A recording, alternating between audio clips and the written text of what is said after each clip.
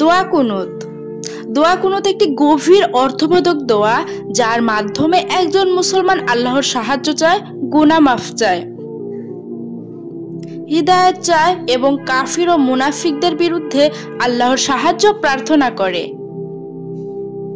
এটি অন্তরের খালিস দোয়া, যা আল্লাহর খুব পছন্দনীয়।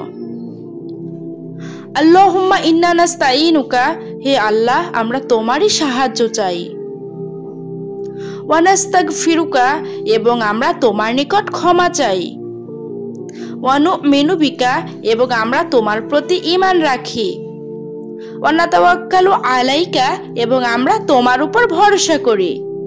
ওয়া নুসনি আলাইকাল খায়র, এবং আমরা তোমার প্রশংসা করি উত্তম রূপে। ওয়া নাশকুরুকা, এবং আমরা তোমার প্রতি কৃতজ্ঞতা প্রকাশ করি। ওয়ালা নাকফুরুকা, এবং আমরা অকৃতজ্ঞতা করি না তোমার প্রতি।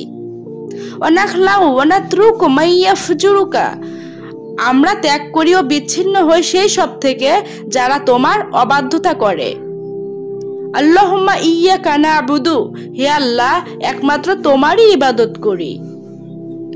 ওয়া লাকা নুসাল্লি ওয়া নাসজুদু, এবং আমরা তোমারই জন্য সালাত আদায় করি এবং সিজদা করি। ওয়া ইলাইকা নাসআ ওয়া নাহফিদু, এবং আমরা তোমার দিকেই দ্রুত ধাবিত হই ও কাজ করি। ওয়া নারজু রাহমাতাকা, এবং আমরা তোমার রহমতের। ওয়া নাখশা আযাবাকা, এবং আমরা তোমার শাস্তিকে ভীষণ ভয় করি।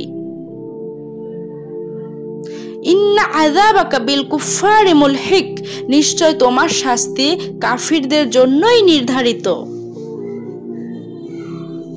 এটি সাধারণভাবে ভিতরের নামাজের শেষ রাকাতের রুকুতে যাওয়ার আগে কিয়ামে পড়া হয়। অনেক সময় ইমাম রমজানের শেষ দশকে জামায়াতে পড়িয়ে থাকেন। দোয়া কুনুতের ফজিলত। বিপদের সময় এই দোয়াটি পাঠ করলে আল্লাহ তাকে রক্ষা করেন, রিজিকের দরজা খুলে যায়, অন্তরের ভয় দূর হয়, গুনাহ মাফের ওসিলা হয়। আজ এ পর্যন্তই। আল্লাহ হাফেজ।